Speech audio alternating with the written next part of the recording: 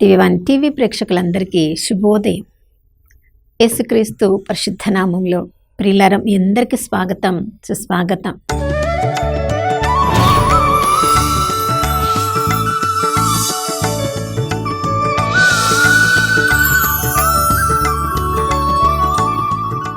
గడిచిన కాలమంతా కూడా మన ప్రతి అవసరాన్ని తీర్చి మనం కోరుకున్న విధంగా ఇంకా అంతకంటే ఎక్కువ కూడా మనల్ని ఆశీర్వదించిన ఆ దేవాతి దేవునికి మనసారా వందనాలు తెలియచేద్దాం. ప్రియులారా, నమ్మదగిన దేవుడు, విశ్వసనీయుడు ఈ నూతన ఉదయంలో కూడా నూతనంగా తన ప్రేమను, కరుణను, కటాక్షాన్ని మనందరిపై కుమ్మరించారు. ఎందుకంటే మనల్ని ఆశీర్వదించడమే, మనల్ని దీవించడమే ఆ దేవుడికి ఎంతో సంతోషాన్ని ఇచ్చే కారణం. మనం సజీవుల లెక్కలో ఉన్నామంటే ఆయన మనకు జీవముతో మనల్ని ఈ ఉదయకాలంలో దీవించారు. కాబట్టి ప్రియులారా, రాత్రి గతించిపోయిన ఏ ప్రమాదం మన దగ్గరికి రాలేదు. ఆ ప్రభు యొక్క కృప ద్వారా మనమందరం కూడా ఈ సర్వ సృష్టిని మరలా చూడగలుగుతూ ఉన్నాము, సజీవుల లెక్కలో ఉన్నాం.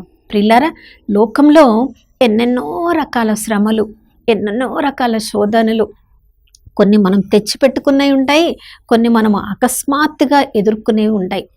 ఈ అన్ని పరిస్థితులలో విజయాన్ని ఎలా పొందగలము? చాలాసార్లు మన జీవితంలో కొన్నిసార్లు గెలుస్తూ ఉంటాం, కొన్నిసార్లు ఓడిపోతూ ఉంటాం, కొన్నిసార్లు మన శక్తితో మనం ప్రయత్నిస్తూ ఉంటాం, కొన్నిసార్లు ఎంత ప్రయత్నించినా కూడా అది సులభంగానే కనిపిస్తుంది. కానీ చివరిలో ఓడిపోయిన వాళ్ళం, వైఫల్యం చెందిన వాళ్ళలాగా ఉంటాం. నిన్నటి దినమున ఏ విషయంలోనైనా నువ్వు ఓడిపోయావా? ఏ పరిస్థితిలోనైనా వైఫల్యాన్ని ఎదుర్కొన్నావా? ఈ నూతన ఉదయంలో ప్రభు మనందరినీ కూడా విజయవంతులుగా ఉండాలని ఆశీర్వదిస్తున్నారు. మరి ఈ లోకము ఉన్నదంతా కూడా దేవుని నుండి వచ్చినది కాదు. నేత్రాశ, శరీరాశ, జీవపు డంబము మనల్ని శోధనలో పడవేయడానికి, ఆత్మీయ పరిస్థితుల నుండి శరీరానికి క్రిందికి లాగడానికి మనల్ని ప్రతి క్షణము సైతాను తన యొక్క దుష్టాత్మలతో ప్రయత్నిస్తూ ఉంటుంది. మనుషులనే ఉపయోగించుకొని మనలో సమస్యలను రేకెత్తేస్తూ ఉంటుంది. మరి అన్ని రకాల పరిస్థితులలో ఎలా మనం విజయాన్ని పొందాలి? ఈ లోకాన్ని మనం ఎలా జయించాలి? యోహాను రాసిన మొదటి లేఖ 5వ అధ్యాయము 4-5 వచనాల్లో మనం చదువుతున్నాం. విశ్వాసము ద్వారా మాత్రమే మనం ఈ లోకాన్ని ఓడించగలము. యేసు దేవుని పుత్రుడు అను నమ్మువాడు ఈ లోకాన్ని జయించగలుగును. ప్రియులారా, ఈ లోకపు మనుషుల్లో మనము కూడా ఒకరము అని అవిశ్వాసపు కన్నులతో మనల్ని మనం చూసుకున్నంత వరకు మనకు విజయం ఉండదు. కానీ మనలో జీవిస్తున్న పరిశుద్ధాత్మ దేవుని స్పర్శను ఎంతగా మనము కలిగి ఉంటామో అంతగా ఈ లోకాన్ని మనము జయించగలము. చూడండి, అందరము పుట్టగానే విశ్వాసంలో బలంగా మనము లేము.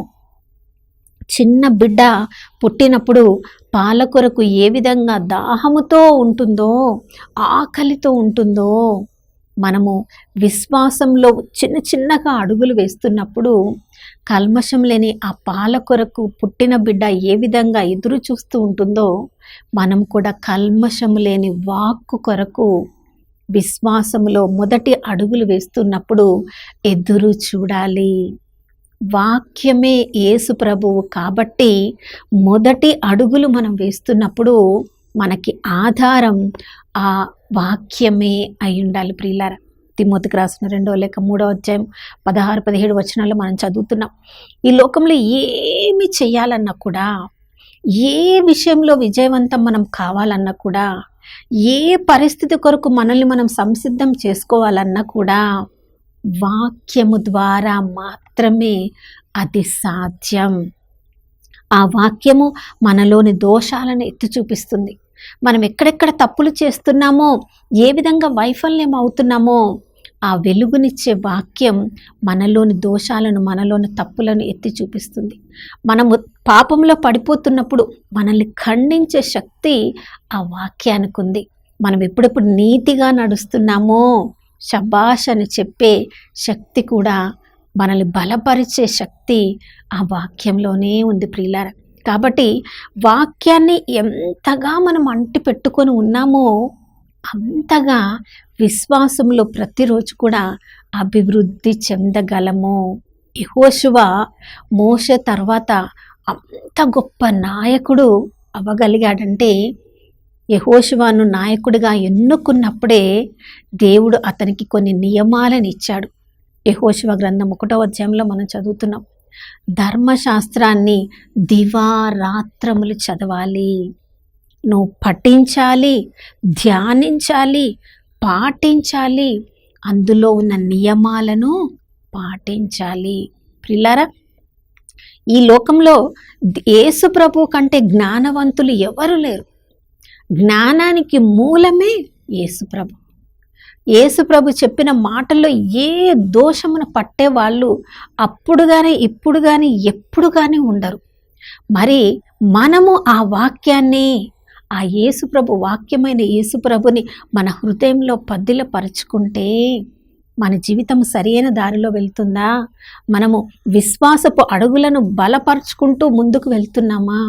మనల్ని మనం చూసుకోవచ్చు.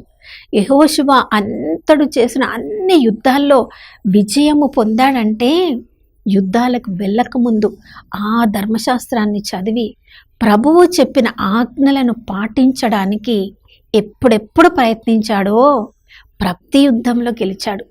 కానీ ఆ నియమాలను ఎప్పుడెప్పుడు పాటించలేదో అప్పుడు ఆ యుద్ధాల్లో ఓడిపోయాడు. నా ప్రియ సహోదర సహోదరి, అబ్రహామును దేవుడు పిలిచినప్పుడు చిన్న విశ్వాసమే దేవుని యొక్క స్వరాన్ని విన్నాడు. ఆ స్వరము అతను మొదటగా విన్నప్పుడు అంతగా విశ్వాసం అతనిలో లేకపోవచ్చు. దేవుడు తన్ను పిలిచినప్పుడు నేను గొప్ప వాగ్దాన భూమికి నడిపిస్తున్నాను, నీకు జనాంగములకు నిన్ను తండ్రిగా చేస్తాను, నిన్ను ఆశీర్వదించిన వాళ్ళని ఆశీర్వదిస్తాను, నిన్ను దండించిన వాళ్ళని దండిస్తానని చెప్పినప్పుడు అంతగా అబ్రహామునకు అవి అర్థమయ్యాయో లేదో కూడా మనకు తెలియదు. కానీ ప్రభువును నమ్ముకొని ఒక్కొక్క అడుగును ముందుకు వేస్తూ ఉన్నప్పుడు వచ్చిన ప్రతి అడ్డంకులో ప్రభు వైపు అబ్రాహాము చూశాడు. తను ఒకవైపు ప్రభువుతో మాట్లాడుతూ ప్రభు చూపించిన దారిలో వెళ్తూ ఉన్నప్పుడు ఆ ప్రేమను తన చుట్టూ ఉన్న వాళ్ళకి, తన బంధువులకు పంచడానికి ప్రయత్నించాడు. మనము విశ్వాసపు అడుగుల్లో దృఢంగా వేస్తూ ముందుకు సాగుతూ ఉన్నప్పుడు సోదర ప్రేమ కూడా చాలా ముఖ్యం ప్రియులారా. దేవుని ప్రేమ మాత్రమే ఉంటే సరిపోదు. సోదర ప్రేమ లేకపోతే, కనిపించే మనిషిని మనం ప్రేమించలేకపోతే కనిపించని దేవుణ్ణి మనం ప్రేమిస్తున్నామని ఎలా చెప్పగలము? ఒకవైపు దేవుని ప్రేమను, దేవుని విశ్వాసంలో మనం బలపడుతున్నామంటే మన క్రియల్లో, మనం చూపించే ప్రేమలో, మన సోదర ప్రేమలో ఆ విశ్వాసపు బీజాలు కనిపించాలి. దేవుని ప్రేమ సోదరులకు మనము పంచిపెట్టగలిగినప్పుడే, సోదరులకు పంచిపెట్టాలంటే మనలో ఉన్నది మనం ఇతరులకి ఇవ్వగలగాలి. అబ్రాహాము దేవునితో నడుస్తున్నప్పుడు లోతు కనిపించినదంతా కూడా చక్కగా ఉన్నది, పచ్చగా ఉన్నది తీసుకున్నాడు. కానీ అబ్రహాము ఏ మాత్రము నొచ్చుకోలేదు. ఎందుకంటే తనలో విశ్వాసం బలంగా ఉంది. తనను పిలిచిన దేవుడు నమ్మదగిన వాడని తెలుసు. తనకి ఇచ్చిన ప్రతి వాగ్దానాన్ని నిలబెట్టుకునే దేవుడని తెలుసు. తనకి ఒక కుమారుడు కూడా లేని తనను జనాంగములకు తండ్రిగా చేస్తానన్న దేవుడు ఆయన శక్తి కలిగిన దేవుడని తన యొక్క ప్రతి జీవితపు ఒక్కొక్క అడుగు ముందుకు వెళ్తున్నప్పుడు దేవుడు ఎంతగా తనతో మాట్లాడి బలపరిచినది, తను ప్రార్థన చేసినప్పుడు ఇతరులు ఏ విధంగా ఆశీర్వదించబడినది తన జీవితంలో ఎన్నోసార్లు అబ్రాహాము చూశాడు. కాబట్టి ప్రియులారా, ప్రభు వాగ్దానాల మీదనే తన దృష్టిని పెట్టాడు. కాబట్టి నిరీక్షణకే ఆధారము లేనప్పుడు, మృతతుల్యమైన తన శరీరమును చూసుకున్నప్పుడు ఇంకా ఎంతకాలం ప్రభా నా సేవకుడే నా యొక్క వారసుడు అవుతాడా అని అప్పుడప్పుడు తన అనుమానాలను దేవుడి దగ్గర మాత్రమే వ్యక్తపరచాడు. అదే మనుషుల దగ్గర వ్యక్తపరిచి ఉంటే తనని అవిశ్వాసంలోనికి నడిపించేవాళ్ళు. కానీ మనుషుల దగ్గర వ్యక్తపరచకుండా తన విశ్వాసాన్ని దృఢపరచగలిగిన దేవుని ముందు వ్యక్తపరిచినప్పుడు దేవుడు మరొక్కసారి అతనితో శాశ్వత నిబంధన చేసుకున్నాడు. అగ్ని తుండముల మధ్య నడిచి అతడిచ్చిన వాగ్దానాన్ని నిలబెట్టుకుంటానని అబ్రాహాముతో వాగ్దానం చేసుకున్నాడు. కాబట్టి అబ్రహాముకు వాగ్దానం చేసిన దేవుడు నమ్మదగిన వాడుగా ఉన్నాడు. వాగ్దానములను నమ్మిన అబ్రహాము కూడా నమ్మదగిన వాడుగా ఉన్నాడు. అందుకనే విశ్వాసులకు తండ్రిగా, జనకుడుగా ఈ కాలంలో కూడా పిలువబడుతున్నాడు. నా ప్రియ సహోదర సహోదరి, మనకి చిన్నగా విశ్వాసమే, చిన్న చిన్న బీజములు మాత్రమే మనం ఆరంభించవచ్చు. కానీ ప్రతిరోజు ఎంత ఎక్కువగా వాక్యాన్ని మనము చదువుతున్నామో, ధ్యానిస్తున్నామో, దాన్ని క్రియల్లో చేయడానికి ప్రయత్నిస్తున్నామో, మన యొక్క చిన్న చిన్న కార్యములను, విశ్వాసపు కార్యములను చూసిన దేవుడు ఒకరోజు గొప్పగా మన విశ్వాసపు జీవితాన్ని అందరి ముందు పెడతాడు. అలాంటి సాక్షిభూత జీవితాన్ని మనందరికీ అనుగ్రహించమని ప్రార్థించుకుందాం. నాతో కలిసి ప్రార్థించండి. పరిశుద్ధమైన దేవానికి స్తోత్రములు తండ్రి. క్రైస్తవులను విశ్వాసులు అని పిలుస్తున్నారు ప్రభా. మా విశ్వాసపు జీవితాలే అయ్యా మీలో, మీ నామములో, మీరిచ్చిన వాగ్దానాలలో అయ్యా మా జీవితాలను మేము సరిచేసుకోవాలి ప్రభా. ఆ వాక్యమనే అద్దములో ప్రతిరోజు మా జీవితాలను సరిచూసుకోవాలి. మేము విశ్వాసపు అడుగులు వేస్తున్నామా, అవిశ్వాసపు అడుగులు వేస్తున్నామా, మా జీవితాలను సరిచేసుకోవడానికి ప్రతిరోజు మీరు అవకాశం మాకు ఇస్తున్నారు ప్రభా. మీకు స్తోత్రం. ఎంతో సమయం ఉన్నప్పటికీ నాయనా వాక్యాన్ని చదవకుండా కాలయాపన చేస్తున్నామేమో, వృధా చేస్తున్నామేమో, మమ్మల్ని క్షమించండి ప్రభా.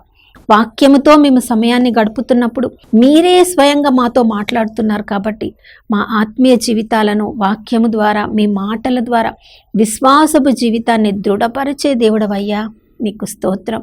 మేము కేవలము మాటల్లోనే విశ్వాసులము అని పిలిపించుకోవడం కాదు కానీ ప్రభా, మా జీవితాన్ని చూసిన వాళ్ళు వాళ్ళ విశ్వాసపు జీవితం ఎంత గొప్పది అని మా జీవితం ద్వారా మీ నామానికి మహిమకరంగా ఉండినట్లు అయ్యా మా జీవితాలను ఈరోజు సరి చేయమని యేసయ్య పరిశుద్ధ నామంలో అడిగి వేడుకొనిచున్నాము తండ్రి, ఆమేన్.